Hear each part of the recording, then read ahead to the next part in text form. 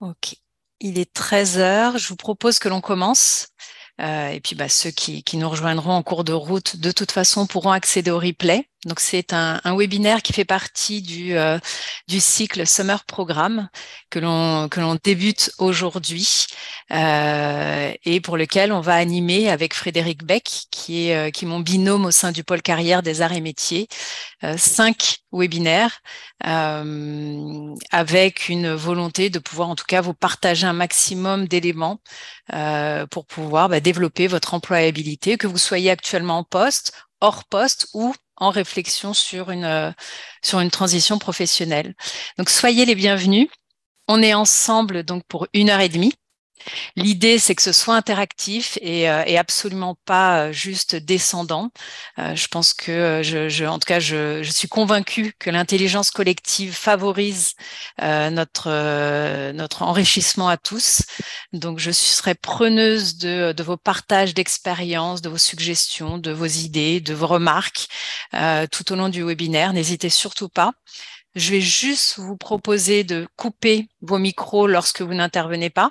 Il n'y ait pas de bruit gênant. Parfois, on oublie que le micro est ouvert et puis on peut se retrouver être en train de parler avec quelqu'un d'autre ou de manger. Et donc, je vous propose juste de couper les micros. N'hésitez pas à partager à n'importe quel moment ou via le chat ou en ouvrant vos micros pendant le webinaire. Et puis, je vous souhaite en tout cas un très, très bon moment ensemble. À l'issue de ce webinaire, celui-ci sera mis en replay sur le site de la SOS. Donc, si à un moment donné, vous arrivez soit en courte route ou vous repartez en cours de route, sentez-vous libre de pouvoir ensuite y assister à votre guise. Pour ceux qui ne me connaissent pas, je suis Julienne Nadin. J'ai rejoint le pôle carrière il y a maintenant 5 mois, aux côtés de Frédéric Beck, et Jackie Ludig. Donc l'idée pour nous aujourd'hui au sein du pôle carrière, je vais vous le présenter, c'est de pouvoir véritablement vous accompagner tout au long de votre trajectoire professionnelle. Bonjour à tous ceux qui nous rejoignent. Soyez les bienvenus. On vient juste de commencer. Voilà. Hop. Est-ce que vous voyez bien la présentation que je vous partage? Est-ce qu'on va recevoir Les slides? Oui, slide? oui, Ok, tout à fait. Tout merci. à fait. Vous aurez les slides et vous aurez aussi le replay qui sera sur le site de la SOS. Vous aurez tout ça pour vous. Donc aujourd'hui, on commence effectivement cette série de 5 webinaires sur notre cycle Summer Programme. Donc pendant 2 semaines, on va intervenir avec Frédéric Beck pour vous partager en tout cas des éléments qui, nous l'espérons, vous permettront de développer certaines connaissances, compétences, peut-être pour aussi progresser en termes d'employabilité, mieux vous adapter à vos contextes professionnels. Aujourd'hui, on commence avec le premier qui s'intitule Leadership et influence, avec une approche qui vient vraiment toucher sur le leadership en tant que tel, dans la source et l'origine de ce mot, et notamment sur quelle influence je vais avoir, quel héritage je souhaite transmettre de mon passage, des personnes que je vais rencontrer de manière directe ou indirecte, et comment je peux faire au mieux pour pouvoir effectivement développer ce leadership, que ça puisse me servir, que ce soit à titre personnel comme à titre professionnel, dans mon parcours, dans ma trajectoire professionnelle. Je vous en touchais 2 mots en introduction. J'ai rejoint le pôle carrière il y a 5 mois, aux côtés de Frédéric Beck. Et vraiment, notre mission, notre vocation, c'est de pouvoir vous accompagner tout au long de votre trajectoire, à la fois personnelle et professionnelle. On est convaincu qu'il n'y a pas un sas entre notre vie personnelle et notre vie professionnelle. Donc l'idée, c'est de pouvoir en tout cas vous outiller, vous accompagner, vous écouter, répondre à vos attentes, à vos besoins, comprendre aussi vos besoins et vos enjeux. C'est pour ça qu'actuellement, vous avez un questionnaire qui circule, que l'on vous a transmis au travers de newsletters, au travers de notre page LinkedIn, sur le site de la SOS, sur la newsletter de l'Agoram. Donc, on vous bombarde avec ce questionnaire. Pourquoi? Parce qu'on a besoin de savoir qui vous êtes, comprendre quels sont vos enjeux, quels sont vos besoins, pour pouvoir vous offrir une offre de service qui soit adaptée et la plus enrichissante possible pour pouvoir vous accompagner, que vous soyez jeune diplômé, cadre, manager ou non, ou dirigeant, ou que vous soyez sur un projet de transition professionnelle, d'évolution professionnelle, de reconversion professionnelle. C'est pouvoir être au plus près de vos besoins. Donc, c'est pour ça qu'on a une offre de service qui est assez large aujourd'hui avec des coachings individuels. Donc ça, il vous suffit d'aller sur le site de la SOS et puis de prendre rendez-vous avec l'un d'entre nous. On propose aussi tout au long de l'année des ateliers, des webinaires, des conférences, des séminaires, là encore sur des thématiques qui vont de l'ordre du développement personnel mais également professionnel. Un job board sur lequel on est en train de travailler à une refonte pour pouvoir vous proposer là aussi un service qui soit plus optimal. Une plateforme d'auto-coaching qui s'appelle Streamio, avec laquelle on travaille en partenariat et sur laquelle on est en amélioration continue constante. Une plateforme Edflex, donc ça c'est la nouveauté pour cette rentrée, qui est une plateforme qui propose à la fois des formations, des MOOC, des podcasts, c'est plus de 50 000 ressources à laquelle vous allez pouvoir, une plateforme à laquelle vous allez pouvoir utiliser, que vous allez pouvoir utiliser quand vous le souhaitez, selon vos besoins. Donc ça c'est vraiment une super nouveauté qui arrive pour la rentrée. Des tutoriels que l'on met aussi sur le site de la SOS, des interventions en campus pour les étudiants. Une veille marché sur laquelle on travaille de plus en plus et notamment avec un gros objectif, un gros enjeu avec les groupes professionnels pour pouvoir là aussi vous transmettre un maximum d'informations sur les tendances marché de vos secteurs notamment, les évolutions en termes de métiers. Pour répondre à cet objectif et à cet enjeu au niveau du pôle carrière, on est en train de développer un club innovation que l'on appelle Future of Work, avec le premier gros événement qui aura lieu le 24 novembre. Donc là, je vous donne cette information en avant-première, où on va organiser une grosse conférence avec des tables rondes, avec des experts qui vont partager sur les tendances métiers, marché, organisation, compétences pour pouvoir vous outiller là aussi, afin que vous puissiez faire des choix éclairés en matière de projets professionnels. Donc voilà un petit peu déjà ce qui existe au sein du pôle carrière. Est-ce que vous avez des questions à ce niveau-là? N'hésitez pas à soit utiliser le chat, soit ouvrir vos micros. Non, pas de questions. Ça veut dire que c'est clair. Pourquoi est-ce qu'on a développé ou en tout cas réfléchi sur ce programme sur ce Summer Programme avec Frédéric Beck? On a reçu il y a quelques semaines le dernier rapport Future of Jobs du World Economic Forum qui mettait en exergue les 10 soft skills sur lesquels il faut miser, capitaliser, en tout cas pour les 5 prochaines années. Et on s'est dit qu'on va partir vraiment de ce top 10 et d'identifier celles sur lesquelles on est déjà outillé et on peut partager toutes ces informations, ces connaissances, ces expériences avec vous. Et donc, on a identifié 5 branches, 5 soft skills, à la fois la pensée créative, la résilience, flexibilité, agilité, motivation et connaissance de soi, empathie, écoute active et leadership et influence sociale. Donc voilà les 5 thématiques parmi les 10 sur lesquelles on va intervenir au cours de ces 2 prochaines semaines, donc cette semaine et la suivante, pour pouvoir vous proposer des webinaires. Donc si vous n'êtes pas encore inscrit sur d'autres ateliers qui vous intéressent, allez-y. Ne tardez pas parce qu'effectivement, la clôture des inscriptions se fait, je crois, à peu près 48 heures avant l'atelier. Aujourd'hui, avec toutes les recherches et études que l'on a fait aussi de notre côté, on se rend compte que 60% des critères requis pour la qualification d'un emploi relèvent des soft skills. Si vous lisez une offre d'emploi, vous allez voir que de moins en moins, il y a de moins en moins de place aux compétences métiers, compétences techniques et en faveur des soft skills qui, elles, prennent de plus en plus de place. on s'en rend compte et effectivement que pour développer certaines compétences techniques, soit vous l'avez fait à l'école, soit dans certaines compétences, certaines formations de certification métier, plus toute l'expérience que vous avez eue au fur et à mesure de vos années d'expérience. Et si vous souhaitez développer une autre compétence technique, une compétence métier, ça vous prendra moins de temps à la développer que pour développer une soft skills pour laquelle vous n'avez pas une aptitude ou une appétence à l'origine. Donc voilà pourquoi aujourd'hui, effectivement, certains recruteurs vont s'attarder davantage, et notamment que ce soit dans votre CV ou dans les entretiens, dans les échanges qu'ils auront avec vous, à tester ces aptitudes que vous pouvez avoir en matière, effectivement, ça peut être de leadership, de résolution de problèmes complexes, de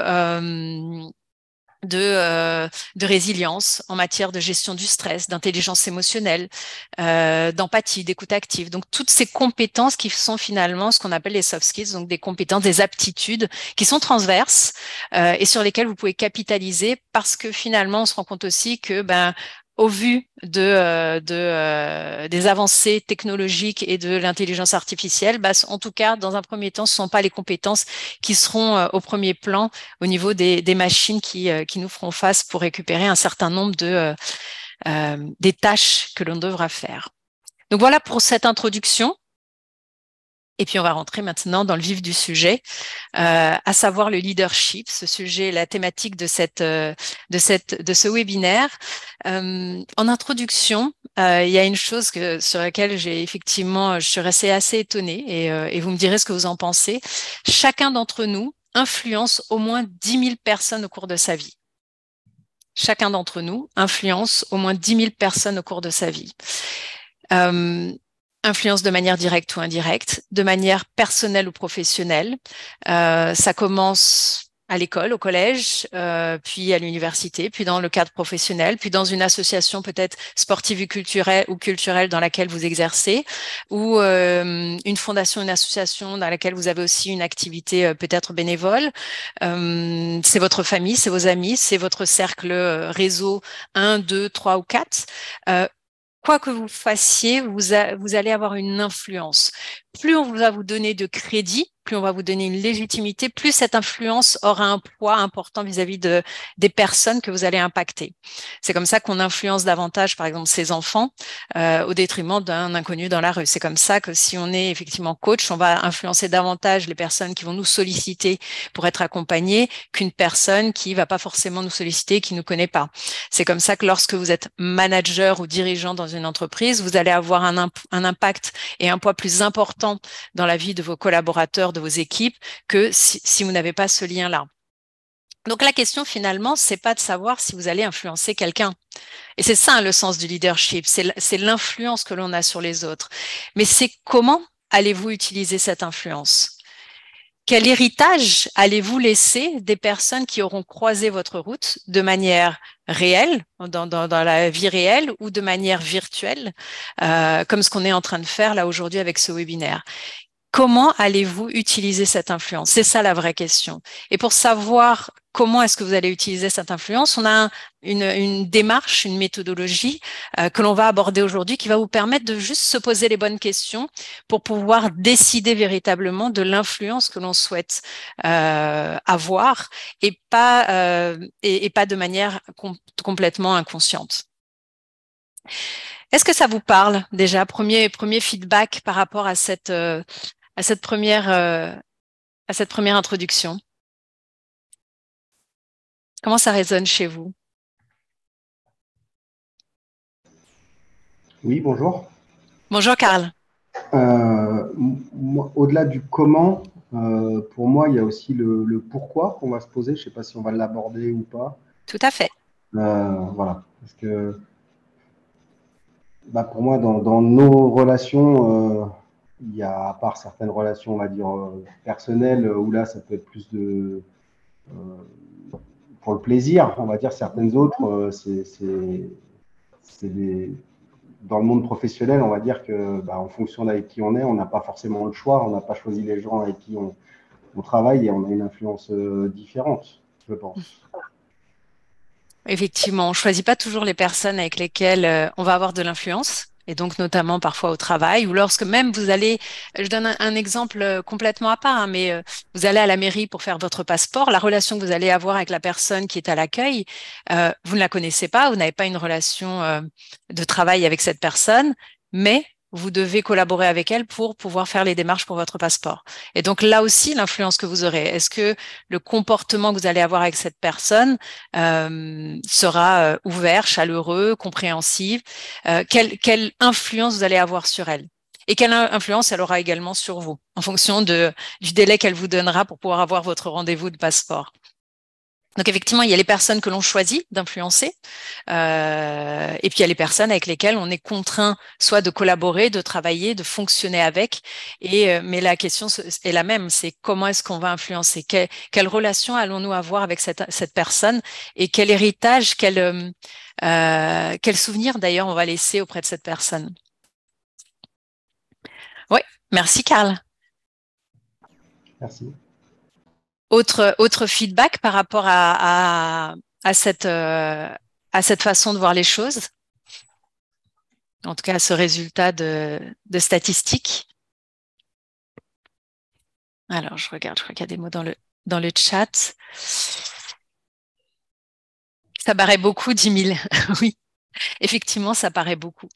Je vais vous donner un exemple très, très concret. Hier soir, en rentrant du travail, je prends le RER et une personne a oublié un bagage dans le RER.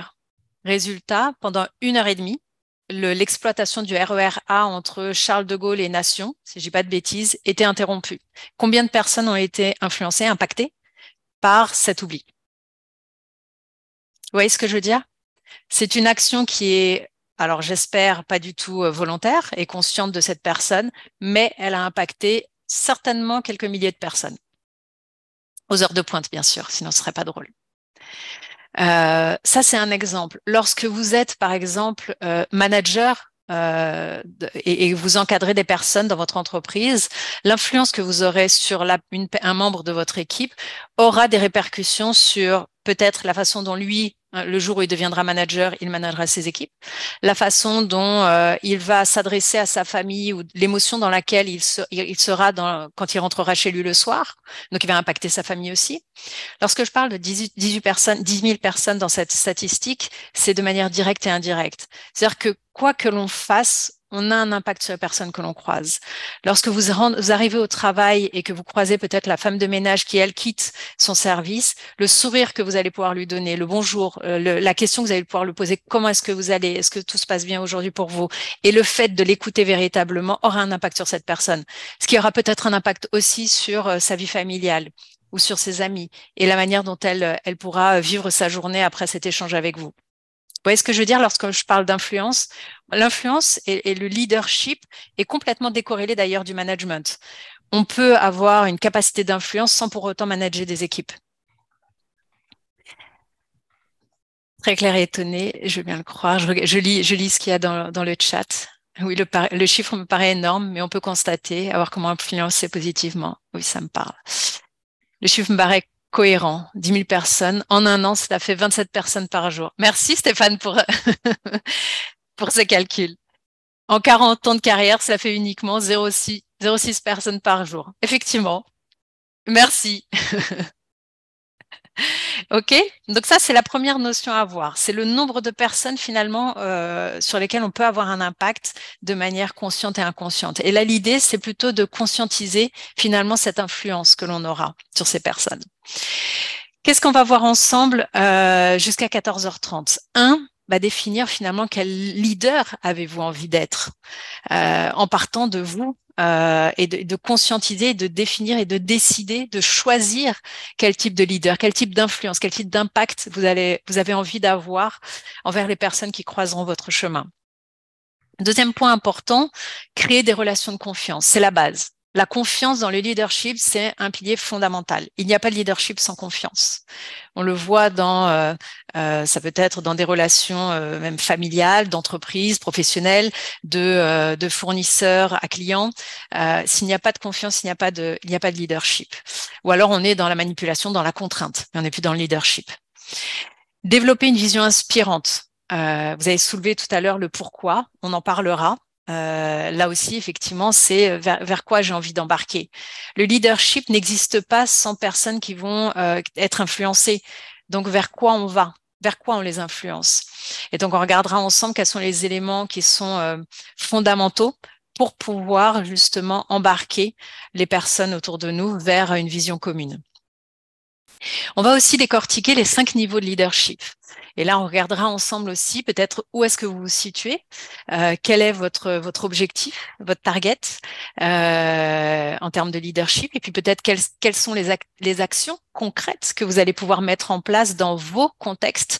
L'idée ici, et j'en parlais en introduction, on est en train de travailler sur une soft skills. Le leadership, c'est clairement une soft skill, c'est pas une compétence métier, c'est pas une compétence technique.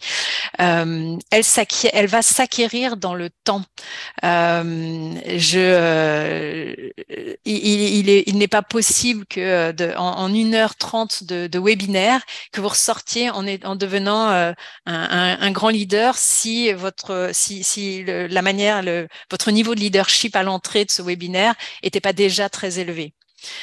Donc, comment est-ce qu'on développe finalement les soft skills? C'est de la constance, c'est de la mise en pratique au quotidien, jusqu'à ce que ça devienne votre nouvelle façon de fonctionner naturelle.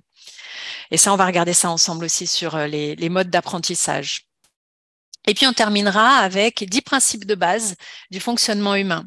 On ne peut pas se dire leader sans comprendre comment les gens fonctionnent, sans comprendre qu'est-ce qui est important pour chacun et sans y prêter une oreille attentive pour pouvoir répondre à ses besoins, tout en gardant notre cap. Mais comment est-ce que je fais en sorte de comprendre les personnes que j'ai envie d'embarquer avec moi dans cet objectif commun? Et pour ça, il faut que je comprenne davantage comment est-ce qu'elle fonctionne, comprendre un petit peu le mode d'emploi.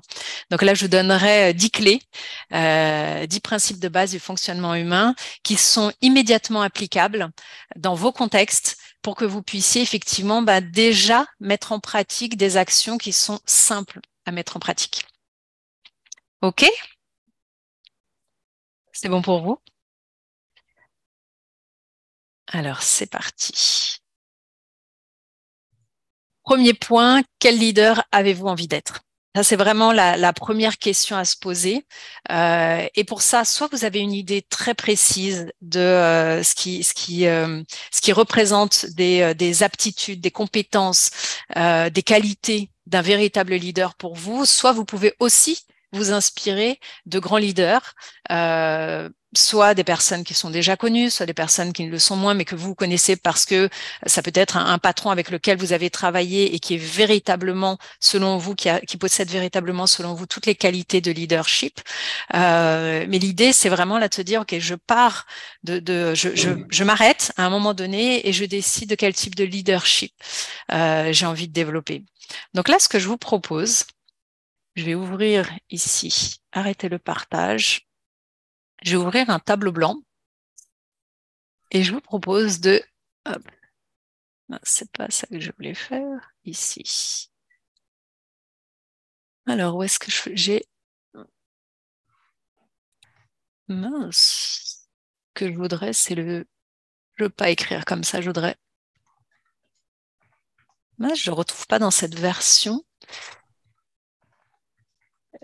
le fait de pouvoir directement saisir avec du texte et pas un stylo. Est-ce que quelqu'un saurait m'aider? Là, j'ai uniquement le stylo qui s'affiche. Ah, je sais comment je vais faire. Tableau blanc. Non. Bon. Eh bien, on va le faire différemment. Ah, si, j'ai trouvé. Texte. Voilà. OK. Là, je vous propose vraiment de me donner en mode brainstorming, donc tout ce qui vous vient par la tête en termes de qualité, de compétences, en termes d'attitude, de comportement, même d'émotion, hein, de sentiments, d'émotion, que des leaders qui vous inspirent ou du leader que vous souhaiteriez être. Donc, allez-y, je vais noter vraiment au fur et à mesure.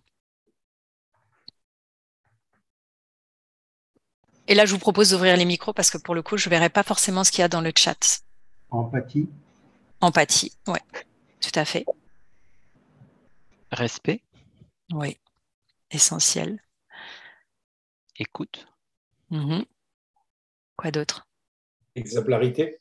Oui, exemplarité. Ouais. Optimisme. Optimisme. Mhm.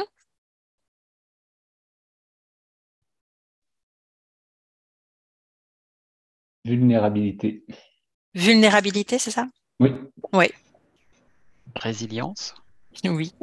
Résilience. Quoi d'autre? Inspirant. Inspirant. Mhm. Naturel. Naturel. Ouais. Constance. Constance. Oui. Vision. Vision. Accompagnement. Énergique. Alors, accompagnement énergique. Ouais. Alors, j'ai pas entendu du coup. Altruiste. Altruiste. Hop. Oui. Authentique. Authentique. Ouais. Avec naturel, hein. Bien sûr, authentique. Implacable. Implacable. Implacable. Implacable. Honnête. Implacable. Honnête. Honnête. Honnête, oui. Oui. Honnête. Exigeant. Exigeant. Bienveillance. Bienveillant. Et il y en avait un autre en même temps, j'ai pas entendu. Force. Force. Oui. C'est intéressant parce qu'on voit à la fois vulnérabilité et force, qui peuvent Convaincant. être paradoxales, mais finalement qui font partie de notre condition humaine. Convaincant. Audace. Audace. Oui. Inclusif Inclusif. Ouais. et ouvert, je mettrais aussi. Enfin, ouverture, je sais pas comment dire. Ouverture. Mhm. Clarté. Clarté.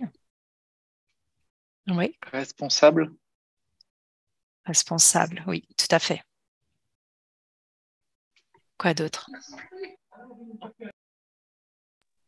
Exemplaire. Exemplaire, on l'a pas déjà mis, exemplaire? Si, exemplarité. On l'a, exemplarité, on l'a. Disponible. Courage. Alors, disponible, courage, hop, disponible, courage, tout à fait. Visionnaire. Visionnaire? Oui. Alors, on a vision. On se dit que c'est la même chose. Vision, visionnaire. Merci. Oui, du coup, et stratège. Stratège, oui. Stratège. Hop. Je vais y arriver. Stratège, oui. Quoi d'autre? Généreux. Généreux, ouais. Généreux. Charisme. Charisme. Mhm. Pédagogue. Oui, bien sûr, pour transmettre. Équanime Équanime. et compassionnel. Compassion, je sais pas. Compassion, ouais. Tout à fait. Équilibre. Oui.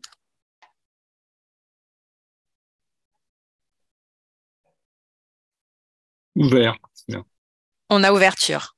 On garde ouverture. Ah oui, parfait. J'ai pas vu.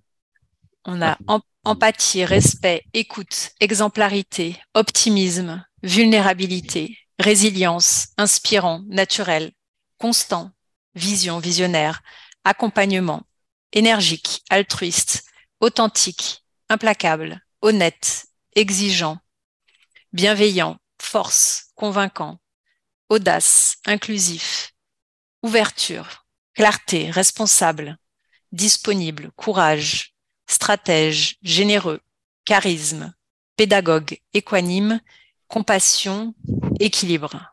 Quoi d'autre? Connaissance de soi. Oui, connaissance de soi. Complètement. Pragmatique. Pragmatique. Mhm. Réaliste. Et optimiste en même temps. Ouais. Ouais.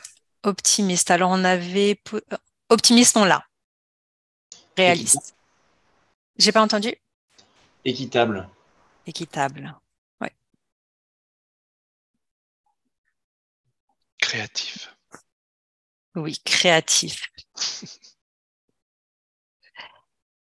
quand vous imaginez des grands leaders qui vous inspirent, quelles sont les qualités, les aptitudes qu'ils possèdent ou possédaient qui font vraiment la différence selon vous, au-delà de ce qu'on a déjà noté? Fédérateur. Fédérateur? Ouais. Ouais, fédérateur. La conviction, je ne sais pas si on l'a mis. Non, on l'a pas mis. Conviction, effectivement. Ça va avec le pourquoi. Hein. Pourquoi je fais ça? Je suis convaincue de quelque chose. Il y a une cause derrière. Ouais, quoi d'autre? Se battre pour une cause. Simplificateur, c'est un leader, c'est quelqu'un qui sait traduire une situation complexe avec des mots simples. Ok. Capacité à traduire une situation complexe avec des mots On peut dire simples. vulgarisateur. Oui, c'est ça. Vulgarisateur, exactement. Et Frédéric, je crois que je t'ai entendu dire aussi quelque chose en même temps. Oui, qui se bat pour une cause. Se bat pour une cause. Oui, ça va avec conviction, effectivement. Se bat pour une cause. Sécurisant. Sécurisant, oui. Alors, je ne sais pas comment le résumer en un mot, mais c'est aussi d'expliquer pourquoi il faut faire les choses. C'est le savoir expliquer? Donner du sens. Donner du sens, voilà. Donner du sens. Ah, super. Bonne intelligence collective, là. Donner du sens, en effet. Ouais. Ça, d'ailleurs, ça fait le lien avec les convictions, avec le fait de se battre pour quelque chose, avec la vision.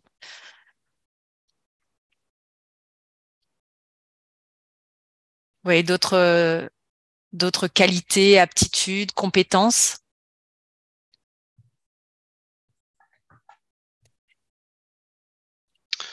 Un bon orateur aussi. Ok. C'est communiquer. Oui. Oui, un bon orateur.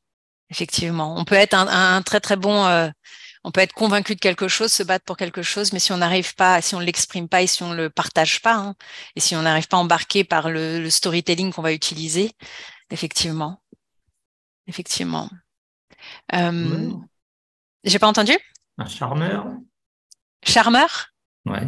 Charmeur, je prends, ok. Charmeur. Quelqu'un qui filtre la pression qui vient du dessus, qui la décuple pas en dessous. Oui. C'est un peu équanime. Oui. Équanime, on l'a, c'est vrai. Côté organisationnel. Organisé. Hop. En termes d'émotion, d'état d'être, quelles sont pour vous les grandes qualités ou des leaders? C'est quoi leur état d'être, l'émotionnel qu'ils incarnent? Ils savent prendre du recul. Ouais. Ils sont positifs et stables. Mm-hmm. Ils sont enthousiastes. Oui. Complètement. Enthousiastes. Ils ont confiance en eux? En eux et en équipe. Convaincus. Ouais. Confiance en eux et en équipe. Ouais. Et en équipe. Ouais. Ils sont convaincus, je crois qu'on l'avait pied. Non, mais c'est la confiance en eux. À partir du moment où on est convaincu, on est confiant de soi, quoi. Enfin, c'est implicite. Complètement. Convaincus qu'ils ont les compétences pour le faire, en fait. Plutôt que convaincu, je mettrais habité. Convaincus. Habité par leurs convictions. Habité.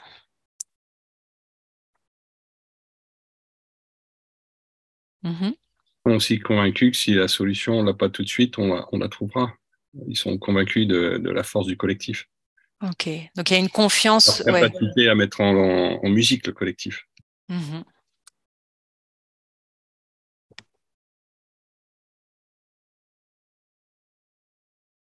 Je dirais constant de leurs émotions. Oui. Oui. Complètement.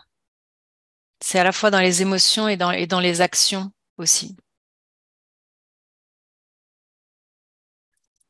Constant. Ok. On est pas mal là.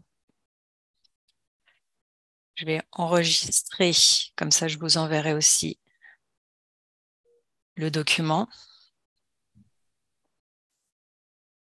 Hop. On va revenir du coup à la présentation.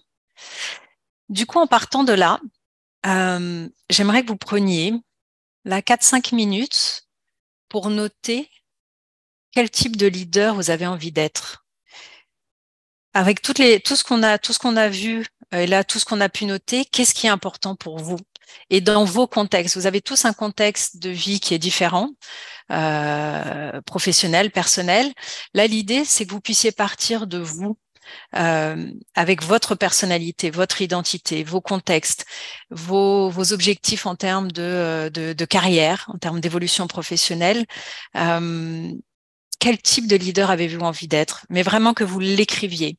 Pas simplement que vous y réfléchissiez, mais que vous l'écriviez soit sur votre ordinateur, soit sur un papier, pour que ça reste et que ça soit en tout cas un point de départ sur le reste et là de ce webinaire, mais aussi sur ce que vous allez pouvoir mettre en place a posteriori pour pouvoir avancer dans cette direction.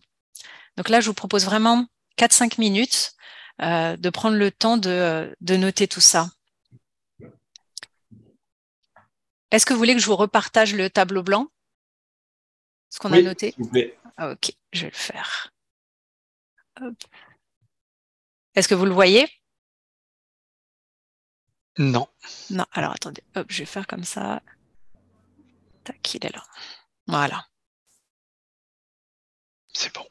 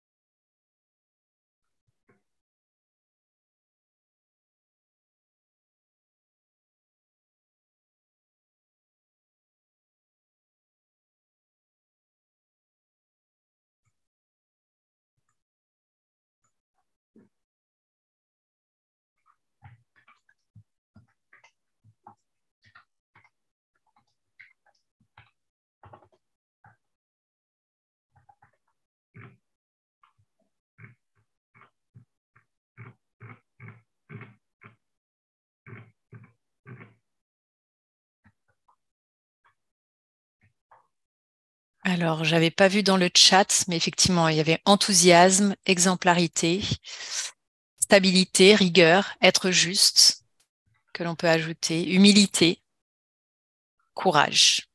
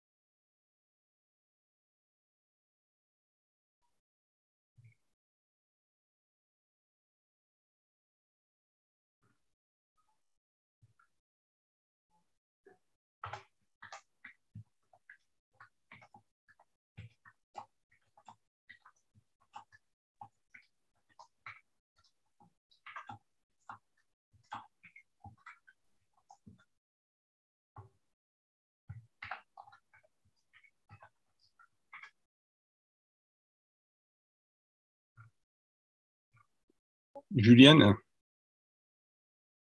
Oui. Il manque une notion peut-être aussi qu'on n'aime pas bien associer au leadership. Vas-y. La notion d'être politique. Dans toute organisation, il faut savoir être politique. Dans le bon sens. pas dans le sens. Il faut savoir être suffisamment politique. Comment est-ce que tu décrirais ça par rapport à ce qu'on a vu ici?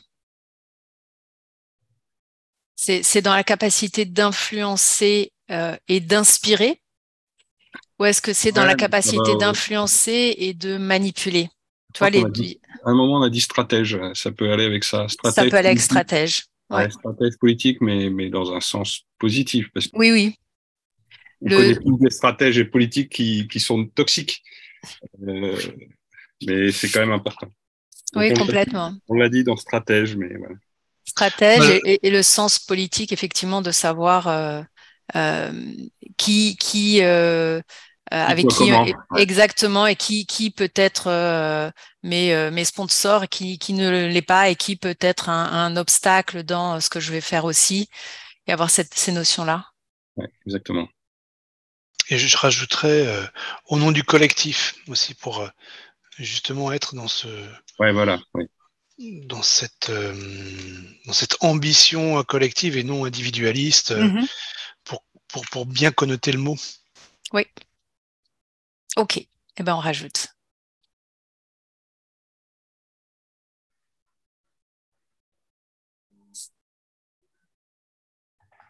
Alors là, comme c'est le document enregistré, je ne peux pas le mettre dessus, mais je le rajouterai dans ce que je vais vous envoyer.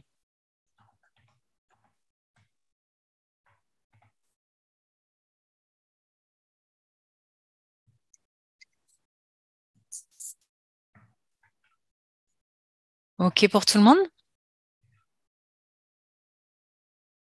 Alors, je reviens sur la présentation. Et là, je vous propose, à partir de ce que vous avez noté, donc le type de leader que vous avez envie d'être, de devenir, de développer, de noter pour 5 actions, 5 micro-actions que vous pouvez faire, qui sont immédiatement applicables dans votre quotidien et qui permettraient de faire un pas en direction de ce leader que vous avez envie d'être. Qu'est-ce que vous pouvez faire dans votre quotidien d'ajouter ou de développer, peut-être que vous ne faites pas ou peut-être que vous faites mais pas suffisamment, qui vous permettrait de faire un pas en direction justement de ce leader que vous avez envie d'être. Donc là, je vous propose aussi de le noter. Ça peut être effectivement prendre davantage le temps lorsque je vois mes équipes le matin, mes collègues, de véritablement leur demander comment est-ce qu'ils vont et d'écouter les réponses véritablement. Ça peut être lorsque j'organise une réunion, d'écouter d'abord tout le monde avant de partager mon avis, de demander l'avis de tout le monde avant de partager le mien. Ça peut être créer dans mon agenda un espace-temps où je suis disponible pour mes équipes et où je leur dis cet espace-temps-là, cette heure et demie, c'est du temps où vous pouvez, je suis vraiment à votre disposition, vous pouvez venir me voir, me poser des questions, vous pouvez me voir pour un conseil, pour partager une envie, quoi que ce soit, mais c'est du temps que j'ai pour vous. Ça peut être aussi sur le fait d'aller plus souvent au contact de vos équipes, pas pour leur demander si elles ont avancé sur leurs tâches, mais pour demander simplement comment est-ce qu'elles vont, comment elles ont passé un bon week-end, donc ça peut être vraiment ça, ou retravailler, ou ça peut être une action de quel est mon projet, quelle est la vision, qu'est-ce qui me nourrit, quel est mon pourquoi, on en parlait tout à l'heure, et vraiment et marquer dans mon agenda un créneau, même si c'est dans mon agenda le soir ou le week-end, mais de le fixer dans mon agenda pour pouvoir travailler sur pourquoi je suis ici, c'est quoi ma raison d'être, c'est quoi ce pourquoi vers lequel j'ai envie d'embarquer d'autres personnes. Ça peut être au niveau professionnel, mais ça peut être aussi au niveau personnel, dans un projet associatif, pourquoi pas, ou un projet avec les parents d'élèves de l'école de vos enfants, ça peut être quoi que ce soit, mais dans quoi est-ce que vous avez envie d'être influent? Et donc, est-ce que vous avez envie de vous mettre, par exemple, en action? Je vais bloquer mon agenda pour pouvoir réfléchir à ce projet-là. Je vais lui donner une priorité à ce projet. Donc là, vraiment noter, allez, au moins 4-5 actions petite action, vraiment c'est un petit pas, hein, qui vous permet déjà de ne plus être sur cette ligne de départ, mais d'avancer vers le leader que vous avez envie d'être. Ça peut être aussi, je donne un autre exemple, commencer à publier par exemple sur LinkedIn, sur un sujet pour lequel vous avez une expertise. Et vous pouvez aussi apporter vos connaissances à d'autres qui ne l'ont pas, et de manière gratuite, donc sur LinkedIn, et pouvoir aussi du coup les influencer à développer, à transmettre, en tout cas dans cette transmission de connaissances et d'expériences. Ça peut être, je vais aller sur Job Finder et je vais me proposer en tant que mentor sur Job Finder pour pouvoir accepter de parler de mon métier à des jeunes diplômés ou des étudiants qui s'intéressent à mon métier ou à mon secteur d'activité. Voilà, ce sont vraiment des petites actions qui peuvent vous permettre en tout cas d'avancer dans la direction du leader que vous avez envie d'être.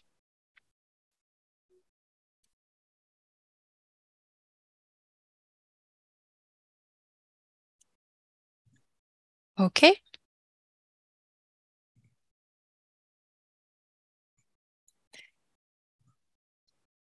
Dans cette notion de développer son leadership, c'est une notion d'apprentissage et qui s'inscrit dans différents domaines, hein, que ce soit soft skills ou hard skills, de développement de compétences. Il y a 4 étapes dans la phase d'apprentissage. Il y a une première étape qui est ce qu'on appelle l'incompétence inconsciente. Je ne sais pas que je ne sais pas. Je me suis jamais posé la question. Peut-être qu'aujourd'hui, je manage des équipes ou je suis chef de projet et je me suis jamais posé la question de mon leadership. Je ne sais pas que je ne suis pas leader, que je n'ai pas en tout cas des grandes compétences de leadership. En règle générale, à ce niveau-là, c'est pas inconfortable ni douloureux et ça nous demande pas d'effort. On fait comme on a toujours fait et puis on se soucie peut-être pas de l'impact que l'on a et on demande peut-être pas du feedback d'ailleurs. La deuxième étape, c'est quand on commence à se rendre compte finalement qu'on n'est pas compétent dans ce domaine, dans un domaine en particulier, et là, en l'occurrence, du leadership, ce qu'on appelle l'incompétence consciente. Là, ça commence à devenir inconfortable. C'est-à-dire que je me rends compte qu'en fait, mes capacités de leadership, elles sont pas très, très élevées. Que je n'influence pas tant que ça, voire on me fait même des remarques, mes équipes, que ce soit projet ou les équipes que je manage, me font des retours comme quoi, en gros, je les embarque pas, je les motive pas, je les inspire pas et qu'elles sont plutôt en train de regarder un petit peu ailleurs ce qui se passe. Donc là, c'est inconfortable, voire douloureux. On peut se retrouver effectivement avec d'un seul coup une grosse partie de son équipe qui démissionne.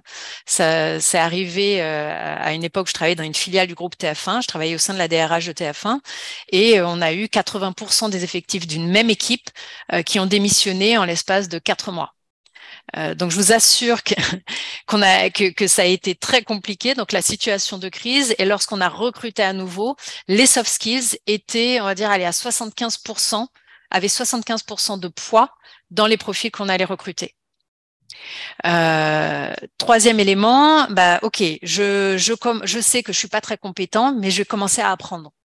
Je vais commencer à m'intéresser, à peut-être faire des formations, suivre des MOOC, lire des livres, écouter des podcasts, aller échanger avec des leaders qui m'inspirent pour comprendre comment est-ce qu'ils arrivent à faire ce qu'ils font avec autant d'excellence. Donc là, je commence à apprendre et je commence à mettre en place des actions concrètes dans mon contexte à moi pour pouvoir m'améliorer. Là, c'est je sais que je sais, j'en ai conscience. Par contre, c'est pas encore mon pilote automatique. Donc, ça me demande des efforts. Ça me demande de faire en conscience tout ce que je suis en train d'apprendre à faire. Si je vous donne un parallèle, c'est comme lorsque vous apprenez la conduite. Tant que vous êtes jeune et vous ne savez pas conduire et que vous ne savez pas que vous n'avez pas la compétence, vous n'y pensez même pas, vous avez vos parents éventuellement pouvoir vous y amener ou les transports en commun. Quand vous commencez à avoir l'âge de pouvoir passer le permis et que vous vous rendez compte que pour aller à telle soirée, à tel événement ou au cinéma ou autre, vous avez besoin d'une voiture et besoin de conduire et que papa, maman n'est peut-être pas dispo pour vous emmener, là, ça commence à vous gêner et que les copains et que vous dépendez des copains et copines qui ont des voitures pour pouvoir vous y emmener. Donc là, ça commence à vous gêner, ça commence à être inconfortable. Donc, vous commencez à prendre des cours de conduite. Et là, le problème, c'est qu'au début, lorsque vous commencez à prendre des cours de conduite, on est là. Alors, qu'est-ce que je fais avec la main droite, avec la main gauche, avec les yeux, avec ma jambe droite, avec ma jambe gauche? Donc, ça nous demande un effort qui est beaucoup plus important que lorsqu'on a déjà plusieurs années de conduite derrière soi et où on commence à avoir finalement une compétence inconsciente. C'est-à-dire que c'est le moment où vous allez d'un point A à un point B, sans même vous rendre compte finalement de par quelle route vous êtes passé, parce que peut-être que vous étiez en train de penser à complètement autre chose, et vous n'êtes absolument pas posé la question de ce que vous faisiez avec la main droite, la main gauche, le pied droit, le pied gauche. Et on le voit d'ailleurs lorsqu'on passe d'une voiture automatique à une voiture manuelle. Donc ça nous demande un effort de conscientisation. Donc là, ce qui est important dans le développement de ces compétences, et notamment en leadership, c'est le fait de pouvoir le travailler au quotidien. Plus vous allez travailler sur cette partie, sur cette étape 3, plus vous allez accéder rapidement à cette étape 4, au fait que ça s'inscrive naturellement chez vous. Tout à l'heure, d'ailleurs, dans les compétences que vous avez citées d'un leader, c'est l'aspect naturel, l'aspect authentique. Ça le sera plus vous allez mettre en place des actions que vous allez conscientiser, qui vont vous demander un effort au début, mais plus vous allez le faire, plus ça va s'inscrire dans votre mode de fonctionnement naturel. Donc le plus important, c'est quoi? C'est la constance, c'est la répétition. Plus vous allez répéter, plus ça va s'inscrire dans quelque chose qui ne sera plus conscientisé et ça va se faire de manière automatique. Ça ne vous demandera plus d'effort de le faire. Donc là, l'idée vraiment, et c'est pour ça que je vous parlais, je vous incitais à identifier déjà des petits pas. Plus ces petits pas, plus vous allez vous lancer de défis concrets de comment je développe ce leadership, comment ça s'inscrit dans mon quotidien à moi, plus vous allez mettre en pratique et plus ça va s'inscrire dans quelque chose qui sera de l'ordre du naturel chez vous. Ça fait sens pour vous? Ouais. Ok. Vous avez soulevé tout à l'heure la question du pourquoi et effectivement, avant de vouloir influencer toute une population, la première personne à influencer, je dirais, à gérer, c'est vous. Et donc, il y a 3 éléments qui sont importants. Pour ceux qui connaissent Simon Sinek, c'est vraiment ce qu'il appelle le Golden Cycle. C'est d'abord identifier pourquoi je fais ce que je fais. Pourquoi est-ce que j'ai envie d'embarquer mes équipes dans ce projet? Pourquoi est-ce que j'ai envie d'embarquer ma famille dans un projet d'expatriation? Pourquoi j'ai envie d'embarquer mes amis dans un projet de voyage autour du monde? Pourquoi j'ai envie d'embarquer les personnes de mon entourage dans un projet associatif? Pourquoi? C'est quoi le sens? On parlait tout à l'heure, vous donniez dans les exemples de qualité d'un grand leader, c'est ça, c'est le sens. Pourquoi je fais ce que je fais? Pourquoi je me lève le matin? Pourquoi est-ce que vous aussi, vous allez vous lever le matin? Peut-être même travailler le week-end sur ce projet associatif parce que ça fait sens pour vous. Et derrière le sens, il y a des valeurs. Une fois que vous avez ce pourquoi, cette vision, ce cap, c'est comment est-ce que je vais le faire? Quelle est la stratégie que je vais adopter? Quelle est la discipline que je vais utiliser? Quelles sont les étapes que je vais franchir pour pouvoir atteindre cet objectif. Il faut que ce soit clair pour vous. Si ça ne l'est pas, si c'est confus pour vous, ça le sera pour les équipes que vous souhaitez embarquer, influencer. Lorsque vous êtes en entretien annuel avec des équipes, si vous ne leur démontrez pas cette direction, ce cap, en quoi ils sont importants dans le projet, en quoi vous allez les soutenir dans ce projet, la stratégie que vous pouvez co-construire d'ailleurs avec eux pour pouvoir atteindre ce projet, vous risquez fort de perdre une opportunité d'avoir une influence importante vis-à-vis de ces personnes. Et puis le dernier point, c'est le what. Qu'est-ce que je fais chaque jour? C'est ce dont on a parlé juste avant, c'est quelles sont les étapes, qu'est-ce que je fais de manière consistante, quotidiennement, et qui me permet de nourrir cette stratégie, de franchir étape par étape tous les piliers, tous les paliers de ma stratégie pour pouvoir atteindre mon objectif et pour pouvoir servir mon pourquoi. Et c'est vraiment le pourquoi de pour plus loin quoi. C'est dans quel but. C'est pas une justification, mais c'est vraiment dans quel but je le fais. Pourquoi je me lève le matin. Cette question de sens, elle elle est de plus en plus forte et on entend de plus en plus parler depuis le Covid et même avant le Covid, et elle est encore plus flagrante chez la nouvelle génération. La question, par exemple, de la motivation, et on en parlera dans l'un des webinaires du Summer Programme, c'est quelque chose vous avez des motivations qui sont intrinsèques et des motivations qui sont extrinsèques, qui sont externes. Toutes les motivations intrinsèques qui sont de l'ordre notamment du pourquoi, du sens, de la raison d'être, des valeurs, sont des motivations, sont des leviers de motivation qui sont beaucoup plus importants et beaucoup plus résistants face notamment aux difficultés que les éléments de motivation externes, comme un salaire par exemple. Ok? Donc ça, c'est vraiment le premier élément. C'est connaître quel est le leader que j'ai envie d'être et comment je me positionne, j'incarne ce leader en identifiant mon pourquoi, le comment je vais réussir à atteindre ce pourquoi et ce que je vais faire chaque jour pour pouvoir y arriver. Donc ça, c'est vraiment la première étape, pilier du leadership. Deuxième étape, j'en parlais vraiment en introduction, c'est créer des relations de confiance. C'est la base du leadership. Vous en avez parlé lorsqu'on a fait le tableau blanc dans notre brainstorming. C'est un élément qui est essentiel. Sans confiance, il n'y a pas de leadership. Ou alors, on vous suivra parce qu'on est obligé de le faire. On vous écoutera parce qu'on est obligé de le faire, mais absolument pas dans le sens du leadership tel qu'on le conçoit et tel qu'on le définit ici. Et d'ailleurs, on le verra sur les différentes étapes du leadership. Ça nécessite quoi pour créer cette relation de confiance, pour même la construire, parce que c'est quelque chose qui d'ailleurs peut prendre beaucoup de temps à se construire, mais qui par contre peut se perdre en une fraction de seconde. Une mauvaise décision de votre part, une mauvaise réaction, un mauvais comportement, et vous pouvez perdre instantanément le leadership que vous avez vis-à-vis d'autres personnes. 3 qualités essentielles. La compétence, on en parlait tout à l'heure de cette légitimité, de cette crédibilité, cette légitimité à pouvoir être le leader dans un domaine en particulier. L'écoute.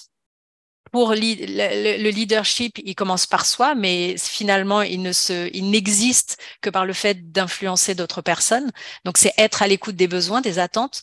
C'est comme si vous vendez un produit, si vous pouvez avoir un produit magnifique, parfait et qui résoudrait énormément de problèmes, mais si ça résout pas les problèmes des personnes de votre cible, ça sert à rien, personne ne l'achètera.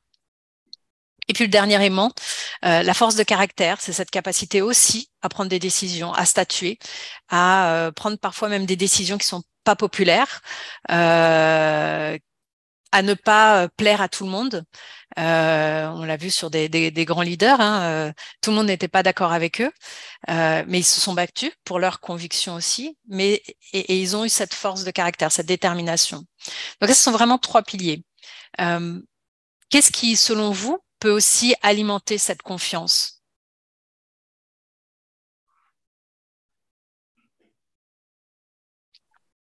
L'obtention de résultats. L'obtention de résultats, oui, on le verra, tout à fait. Effectivement, ça fait partie avec la compétence et finalement la conséquence de la compétence.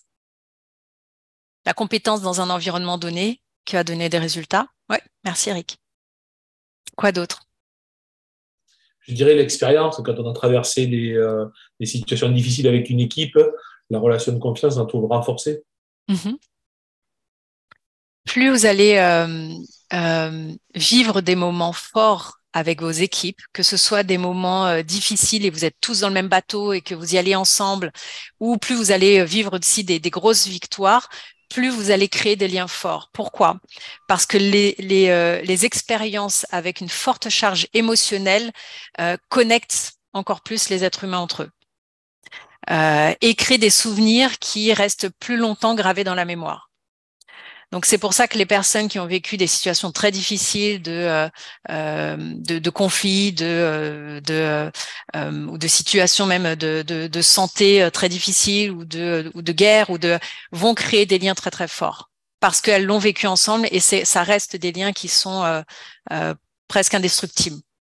Quels que soient les autres petits conflits qu'il peut avoir entre eux par la suite, il y aura quelque chose qui sera créé, noué de manière très importante.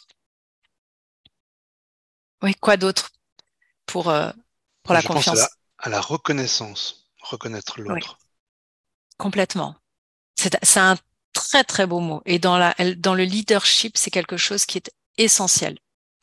C'est à la fois effectivement l'écoute, mais la reconnaissance. Je reconnais qui tu es, je reconnais qui tu es en tant qu'être humain, je reconnais qui tu es en tant que professionnel aussi, je reconnais ce que tu es capable d'apporter dans l'organisation, ce que tu m'apportes aussi.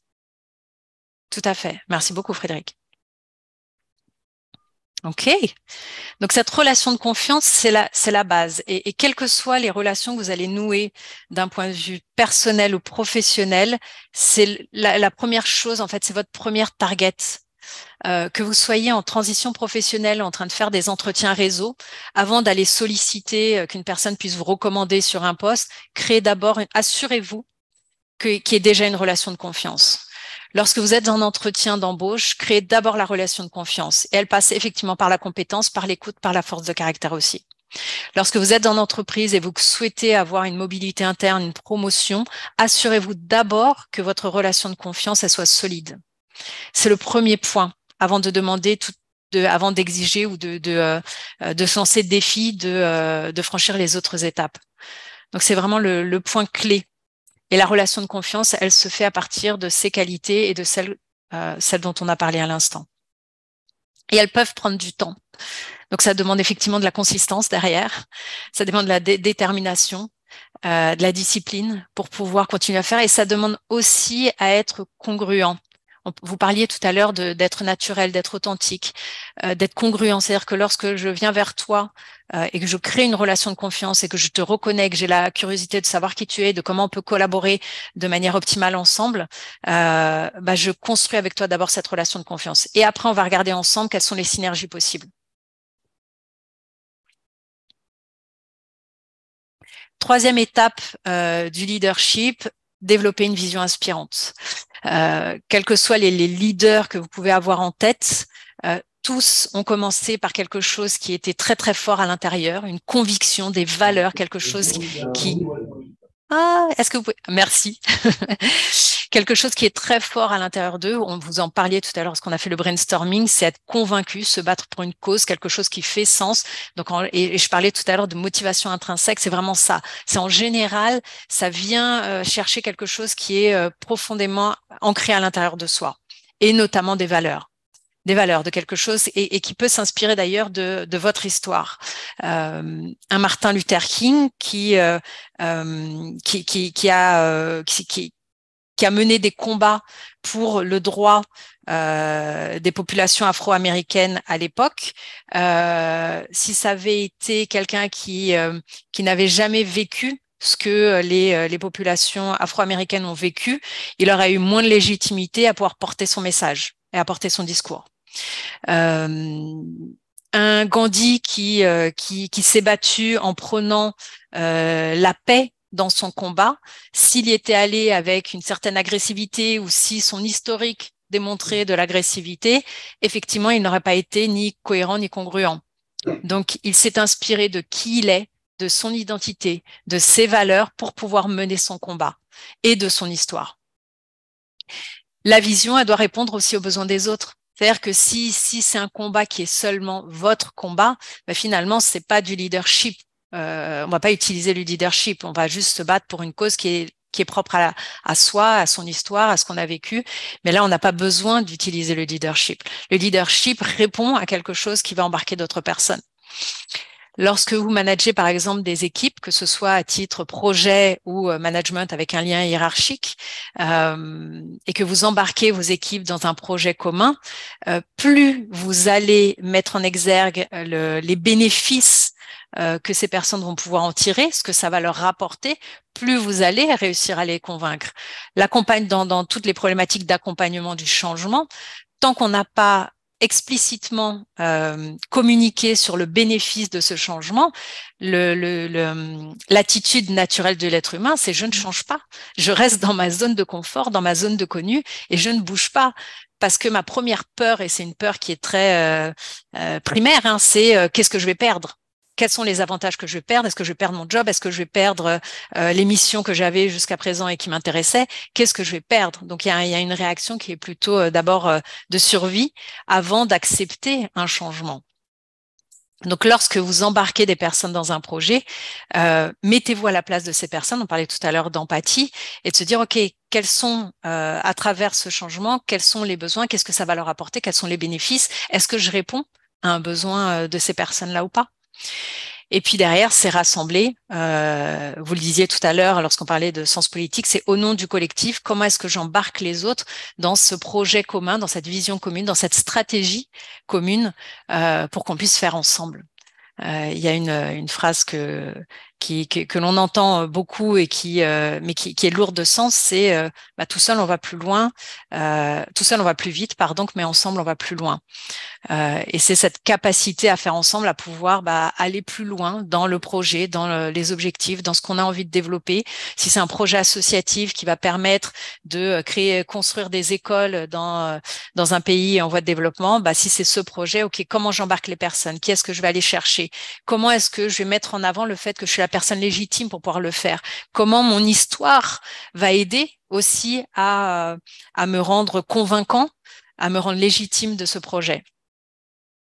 Donc là, ce que j'aimerais que vous fassiez, c'est que vous repreniez finalement le leader que vous avez noté, que vous avez envie d'être, les actions que vous aviez notées aussi, et identifier finalement quelle est la vision inspirante.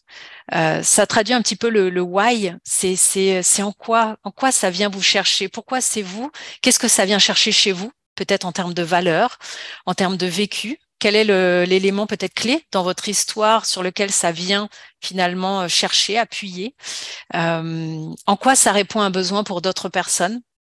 Et puis, qu'est-ce qui peut vous aider à rassembler? Quelles sont des clés? Donc là, c'est assez rapide. Je vous donne vraiment ces 3-4 minutes pour identifier là rapidement qu'est-ce que ça vient chercher chez vous. En quoi est-ce que ça vient répondre à un besoin? En quoi vous êtes la bonne personne? Quelles sont les valeurs qui sont traduites, le sens? Et comment est-ce que ça peut rassembler d'autres personnes?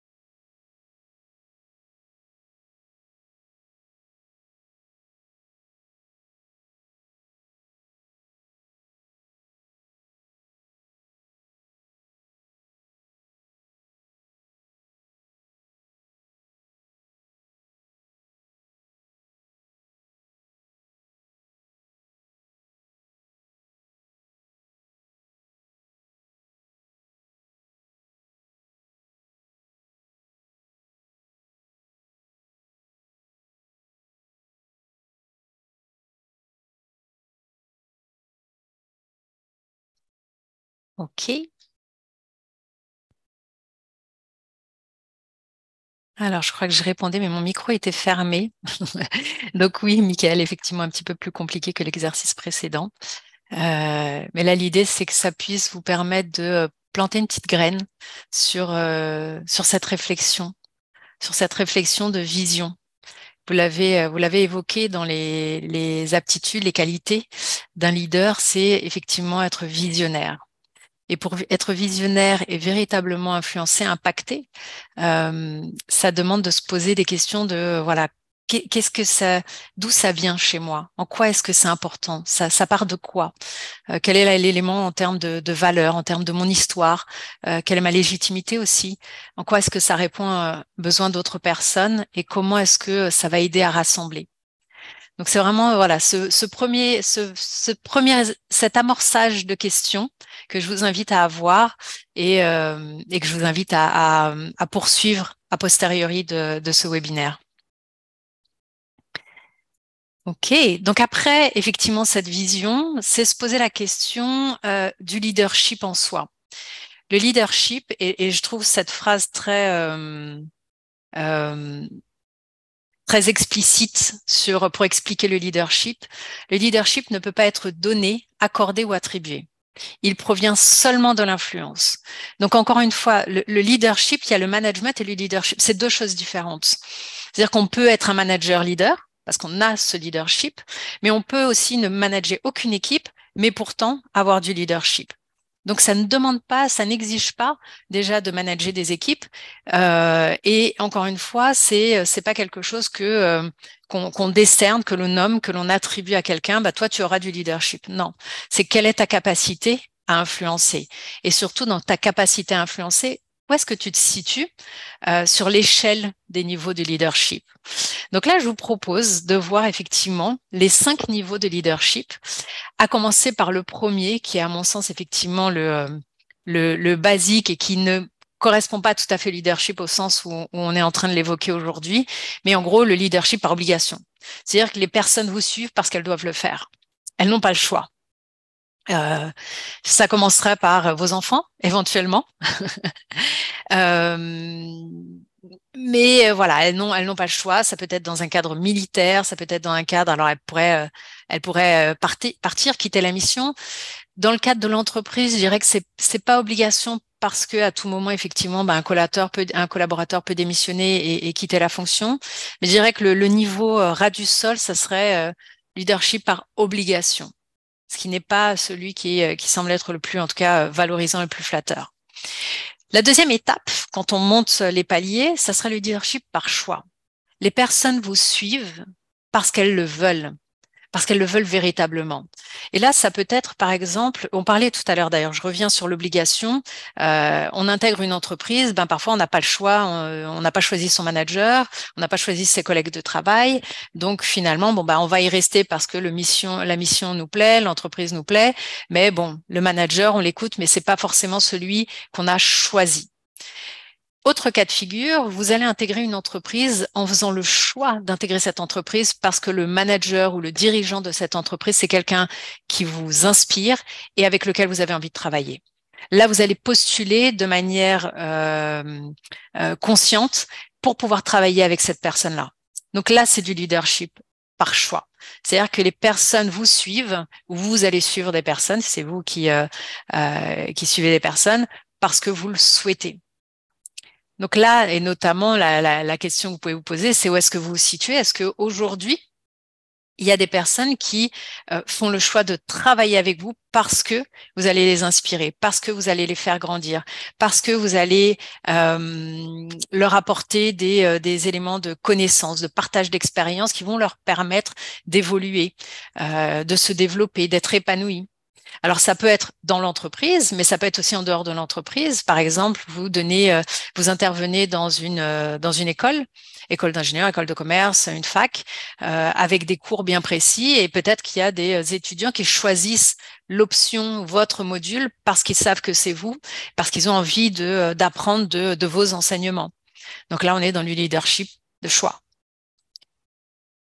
Troisième étape, et là on augmente encore les paliers, le leadership résultat-tâche. les personnes vont vous suivre grâce à vos résultats factuels. On en parlait tout à l'heure dans le brainstorming, vous parliez justement des résultats, de la performance, des résultats. Là, les personnes vont vous suivre parce qu'elles savent que vous êtes bon, que vous êtes performant, que vous réalisez des exploits, des choses qui sont assez incroyables et que vous avez une vraie valeur ajoutée. Et là, ça peut être le cas en entreprise. Par exemple, vous souhaitez faire une mobilité pour travailler auprès d'un autre manager parce que vous savez que ce manager-là, vous allez grandir, vous allez apprendre avec lui. Donc ça, c'est du leadership résultat-tâche. Au-delà du niveau résultat-tâche, on a le résultat personnel. On va vous suivre, pas uniquement grâce à vos résultats factuels, mais grâce à ce que vous faites pour les personnes qui vous suivent. Grâce à ce que vous leur permettez d'être, de grandir, de s'épanouir, d'apprendre, de prendre des bonnes décisions, de prendre soin d'elles aussi, pourquoi pas. On va vous suivre pour ça.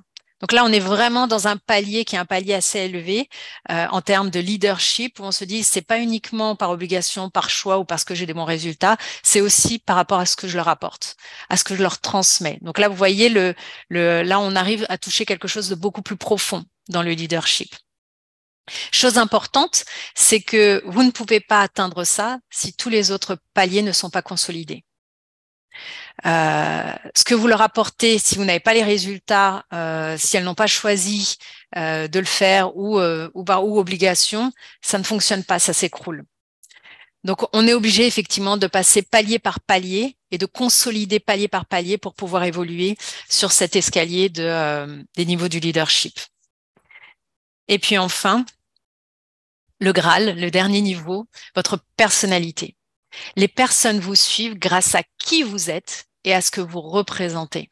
Et là, on arrive effectivement à un Nelson Mandela, à un Gandhi, à un Martin Luther King, à une Oprah Winfrey, à un Winston Churchill, à des grands leaders qui ont réussi, à Steve Jobs, à des personnes qui ont réussi parce qu'elles ont dégagé quelque chose, elles ont représenté quelque chose pour une population. Et pas forcément par rapport à uniquement leurs résultats. C'est aller au-delà. Quelles sont les personnalités, je vous en ai cité quelques-unes, que vous identifiez comme ayant atteint ce 5e palier?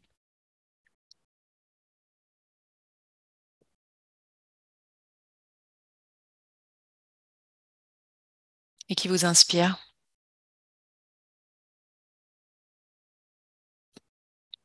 Alors. Oui, Churchill, effectivement. Qui d'autre?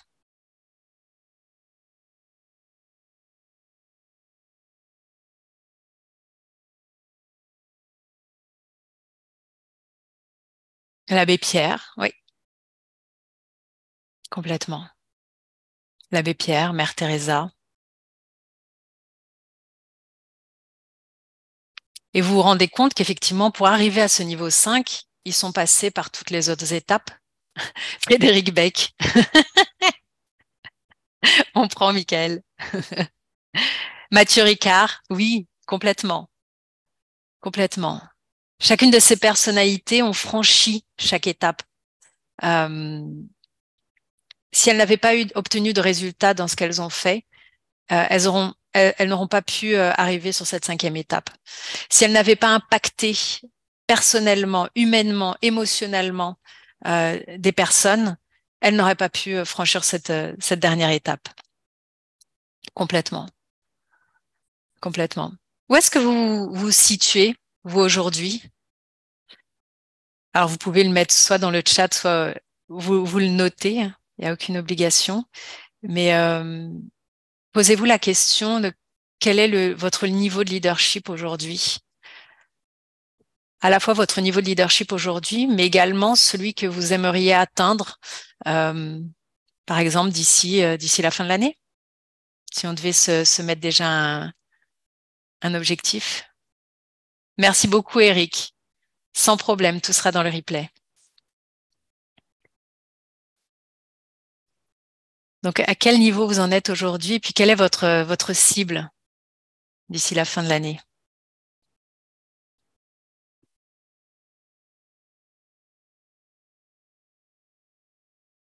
Ok, je vous laisse le noter. Pas d'obligation de partager. Et puis, dernier point que je voulais partager avec vous, allez, on va dire 10 principes de base du fonctionnement humain. Si on veut pouvoir influencer des personnes, si on veut pouvoir avoir un impact dans la vie d'autres personnes, il est important de comprendre comment est-ce qu'elles fonctionnent. Entre 4 et 5, merci. Il est important de pouvoir comprendre comment est-ce qu'elles fonctionnent. Et donc là, je vous ai mis ici quelques éléments qui sont clés, qui sont faciles à comprendre et qui peuvent vous permettre de faire la différence dans la vie de chaque personne qui va croiser votre chemin. Premier principe, toute personne est avant tout un être d'émotion avant d'être un être de raison. On a beau être très rationnel, très cartésien. Les recherches ont montré que avant même de prendre une décision, les premières zones de votre cerveau qui vont réagir lorsque vous avez une décision à prendre, une réaction à avoir, une réponse à donner à une situation, ce sont des zones émotionnelles. Et lorsque vous adressez à quelqu'un, vous allez vous connecter d'abord par l'émotionnel avant de vous connecter par le rationnel. Je donne un exemple. Lorsqu'on accompagne des personnes, notamment avec Frédéric, et que sur des transitions professionnelles, et lorsqu'on travaille sur leur réalisation, sur leur storytelling, sur leur pitch, il y a un point clé que j'aborde avec eux, c'est d'incarner ce qu'ils racontent et de ne pas raconter une histoire qui ressemble à une histoire d'une autre personne. Vous avez vécu tout ce que vous êtes en train de raconter. Vous avez vécu ces combats, ces difficultés, ces succès, ces réussites, ces victoires. Racontez-les avec l'émotion de ce que vous avez vécu. En le racontant comme ça, vous vous connecterez beaucoup plus facilement à votre interlocuteur. Si vous vous connectez émotionnellement avec votre interlocuteur, vous avez déjà plus de chances de réussir cette étape-là que si vous ne le faites pas. Bien entendu, vous pouvez avoir des personnes qui sont plutôt fermées et qui ne s'ouvrent pas émotionnellement, mais dans la majeure partie des cas, on a tous juste besoin d'être acceptés. Et d'ailleurs, c'est un autre point fondamental, c'est le principe le plus profond de la nature humaine, c'est la soif d'être apprécié. D'être apprécié, d'être accepté. On le parlait tout à l'heure sur la reconnaissance en tant que leader, le fait d'être reconnu et de reconnaître l'autre, c'est un principe fondamental. Lorsque vous vous intéressez à une personne de votre équipe, une personne que vous croisez, réellement, lorsque vous posez la question « Comment est-ce que tu vas ?», écoutez la réponse. Véritablement. C'est quelque chose qui paraît très simple, hein, mais qu'on ne pratique pas toujours. Véritablement, lorsque vous demandez l'avis à une personne, écoutez véritablement ce qu'elle a à vous dire. Lorsque vous demandez un conseil, écoutez le conseil, questionnez, ayez cette curiosité, pas une curiosité mal placée, mais une curiosité d'apprendre de l'autre, de connaître l'autre. Ça fait partie aussi de la construction de la relation de confiance. J'intervenais il y a l'année dernière, notamment dans des clubs d'entrepreneurs sur le sujet du networking. Et je leur expliquais, donc c'est plutôt des entrepreneurs, donc c'était pas une relation employé-salarié, enfin entreprise-candidat, mais c'était vraiment des relations plutôt business. Et je leur expliquais on ne peut pas envisager une synergie commerciale business s'il n'y a pas d'abord une relation de confiance. Mais pour qu'il y ait une relation de confiance, il faut se connaître. Et donc, c'est partir du principe que je vais avoir la curiosité de savoir comment tu vas, savoir qui tu es, en apprendre davantage sur toi et de créer vraiment une connexion humaine avant de connecter, avant d'envisager une synergie professionnelle, business ensemble. Autre principe de base, l'action naît de nos désirs fondamentaux. Si vous voulez embarquer des personnes dans un projet, dans une vision, dans un objectif commun, il faut d'abord comprendre quels sont ces désirs fondamentaux. Il faut d'abord savoir qu'est-ce qu'elle aime vraiment, qu'est-ce qui la motive véritablement, quels sont les leviers sur lesquels vous allez pouvoir vous appuyer pour pouvoir les embarquer, qu'est-ce qui est important pour elle. Il y avait, à l'époque où je travaillais chez Yahoo, on avait fait pour les hauts potentiels, ils avaient passé un test questionnaire sur quelles sont les ancres de carrière. Ça, c'est quelque chose que vous pouvez demander à vos équipes. Qu'est-ce qui est important pour toi dans ton job, dans ta carrière professionnelle? Je ne sais plus quelle autre entreprise où il y avait un manager, un dirigeant qui demandait à chacun de ses collaborateurs quel est ton rêve. Et donc, ils avaient affiché le mur des rêves. Je crois que c'était dans le département commercial, le mur des rêves où chacun avait mis soit une image, soit un mot qui symbolisait un des rêves d'un des membres de l'équipe. Et en fait, chacun était engagé à faire en sorte de pouvoir apporter sa pierre à l'édifice dans le rêve de l'autre. Et le manager complètement sponsor de ce projet-là. Et il se posait à chaque fois la question, et il posait la question, c'est comment est-ce que je peux contribuer à l'atteinte de ton rêve à toi? Ça, c'est quelque chose qui est extrêmement fort et c'est quelque chose qui connecte à l'émotionnel de l'autre. Donc ça, c'est important. L'action naît de nos désirs fondamentaux. Vous voulez embarquer, vous voulez mettre en mouvement les personnes avec vous sur un projet commun, comprenez d'abord ce qui est important pour elles. Les gens pensent à eux-mêmes avant de penser aux autres et aux problèmes des autres.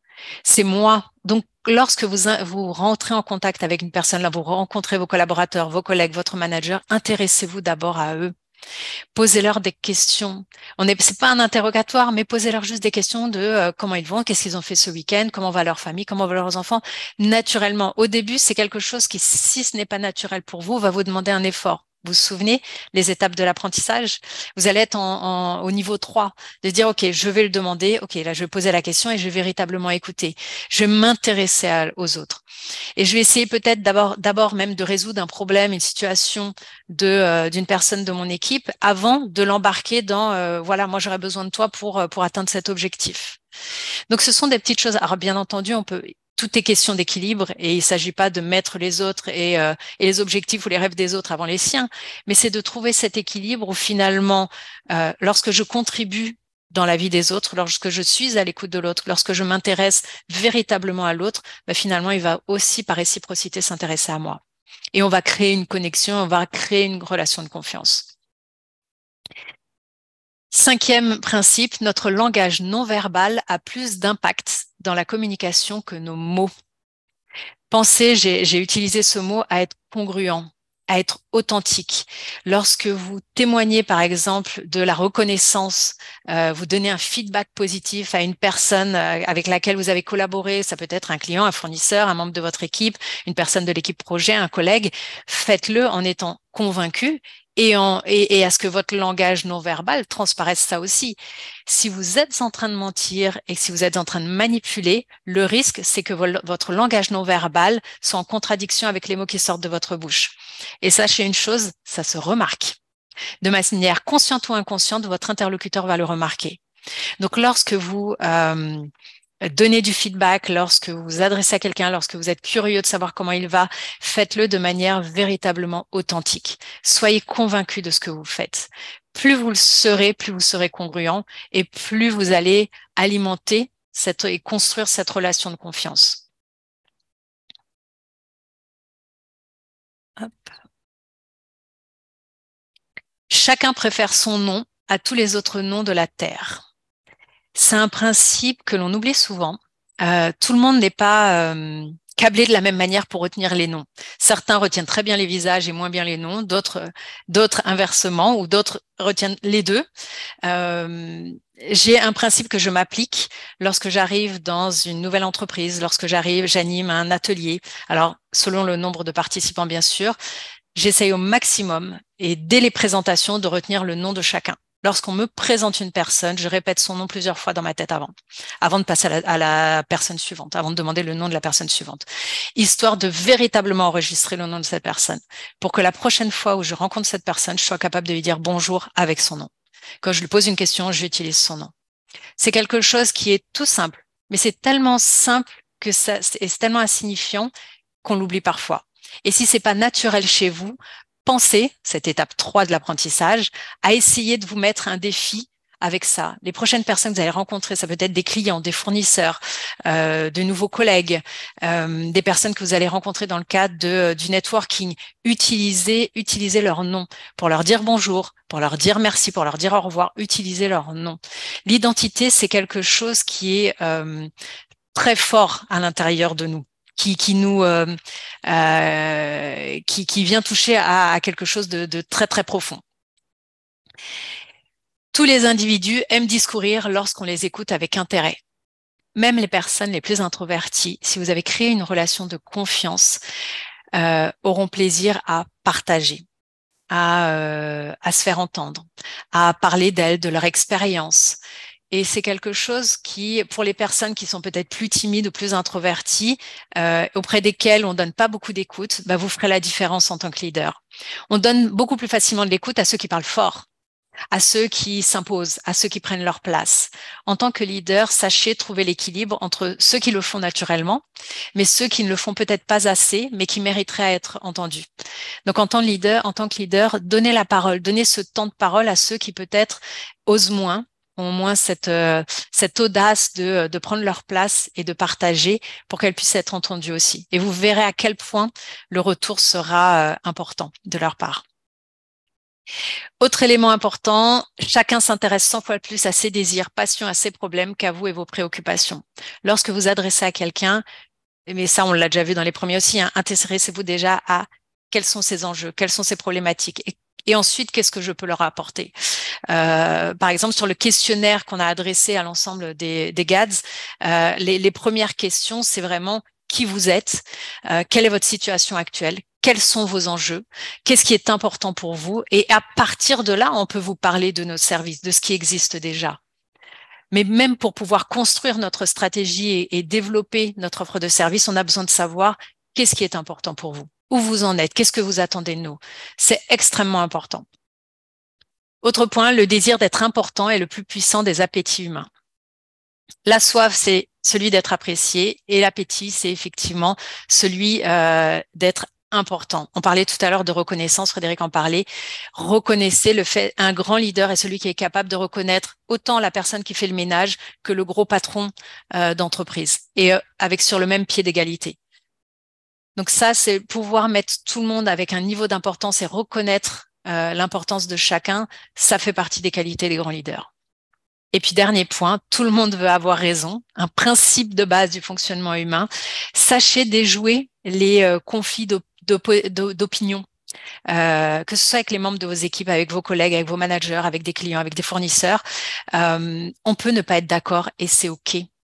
Par contre, ce qu'on peut faire, c'est s'intéresser à la vie de l'autre et pas être à vouloir imposer le fait qu'on ait raison.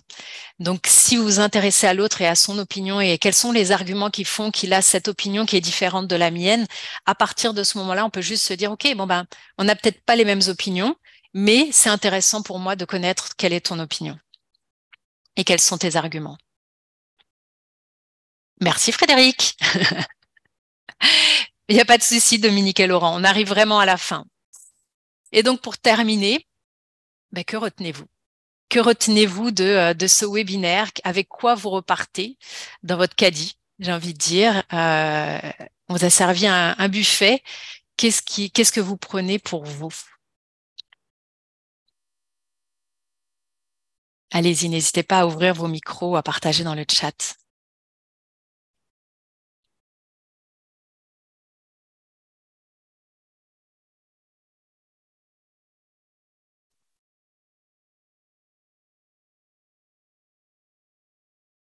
Alors, avec quoi vous repartez?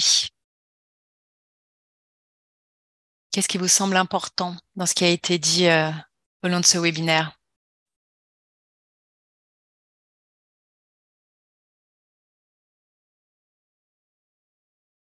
Vous êtes en train d'intégrer, c'est ça?